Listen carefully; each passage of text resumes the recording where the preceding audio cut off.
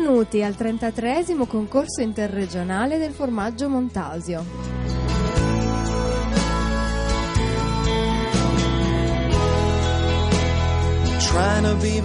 La Mostra Nazionale Vini di Pramaggiore ha ospitato questa edizione del concorso con la premiazione dei migliori produttori di questo tipico formaggio.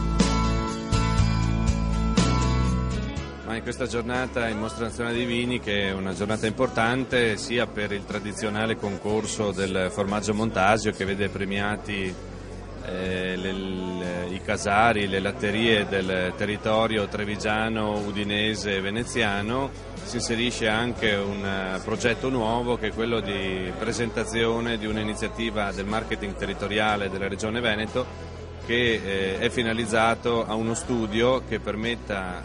gli accertamenti di quelle che sono le varie iniziative economiche sul territorio, al fine di veicolare nuove proposte commerciali e di sensibilizzazione su quelli che sono i prodotti tipici e sulle eventuali sviluppi di ulteriori iniziative economiche e culturali da fare sempre nel Veneto orientale, e che vede la possibilità di una migliore promozione di quelli che sono i nostri prodotti con una migliore qualità, e che sia anche di sviluppo turistico per quanto riguarda il territorio di Pramaggiore e non solo.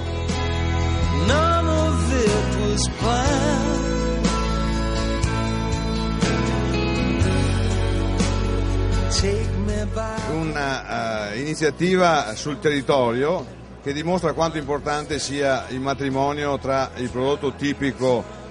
e il vino,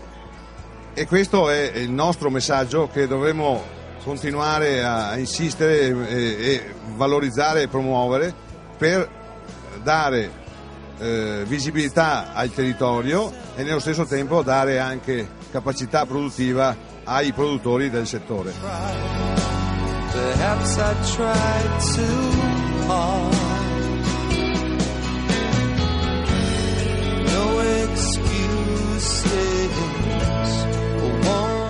Questo appuntamento è uno degli appuntamenti importanti per questo territorio, perché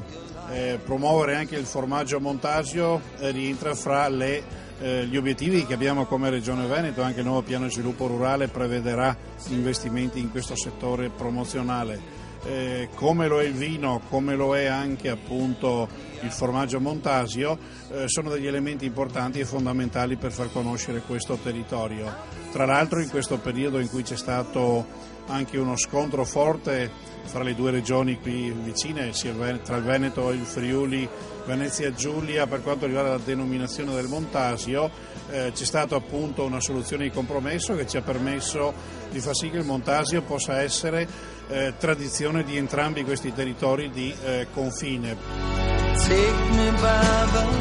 La straordinaria degustazione ha offerto ai numerosi partecipanti un'eccellente occasione di convivialità.